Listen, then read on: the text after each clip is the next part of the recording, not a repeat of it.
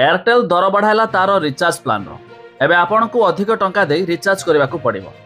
एबे आपण माने कॉलिंग करिया पई नेट चलावा पई जति टका पूर्व रिचार्ज करथुले एबे आपन को अधिक 200-300 टका देबा को पड़ो। काहेकि ना एबे एयरटेल तार नुआ प्लान लॉन्च करिछि जेउथिरे आपन को अधिक टंका देबा को पड़ो। आसंतु केउ दर बढ़ी गला जहां मैं वीडियो रे जानिबा। ता पूर्व वीडियो को लाइक करंतु, सब्सक्राइब करना थिले एबे सब्सक्राइब करी पाखर थिवा घंटी चिन्ह को दबाई दिउ।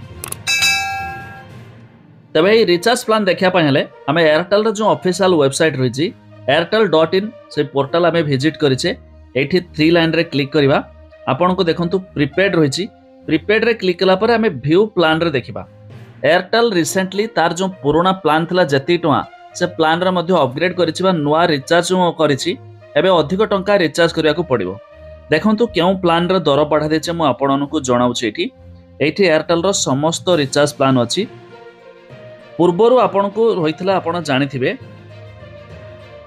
देखु ये आपंकर समस्त प्लान गुड़िक शो कराइब। तेरे एयरटेल ए नुआ प्लान जो जोड़ी देछि तो आपन ये गोटे गोटे देखिपारे। देखु एयरटेल एबे रिसेंटली पूर्वर प्लान थिला 1728 टका तापर करदेला 1969 टका एबे किंतु करदे 2249 टका।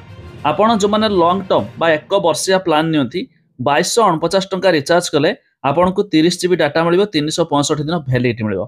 जहाँकि एटा किछि दिन पूर्वर थिला कोन अछती 1969 टका 24 जीबी डाटा कि ताहाको एबे 30 जीबी करदेला 2250 टका देदेला।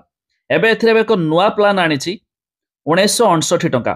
एथिरे कोनोसी आपन को डाटा मिलिबो नाही, बाकी कॉलिंग वगैरह करि परिबे। आपन को 365 माने गोटे वर्षर वैलिडिटी मिलिबो 1968 टका दाम रहिबो।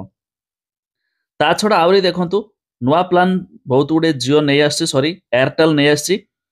एछड़ा देखते एक 499 टंकिया प्लान नुआ आनी जो थे जदि आप 499 टका रिचार्ज करेंगे कौन सी डाटा मिलिबो नहीं 84 दिन वैलिडिटी मिलिबो।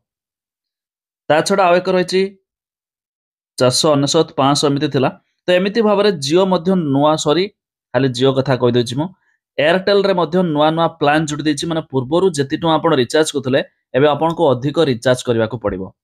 तेबे आपण माने जियो व्यवहार करती ना एयरटेल ता निहाती कमेंट करके जणाइबे।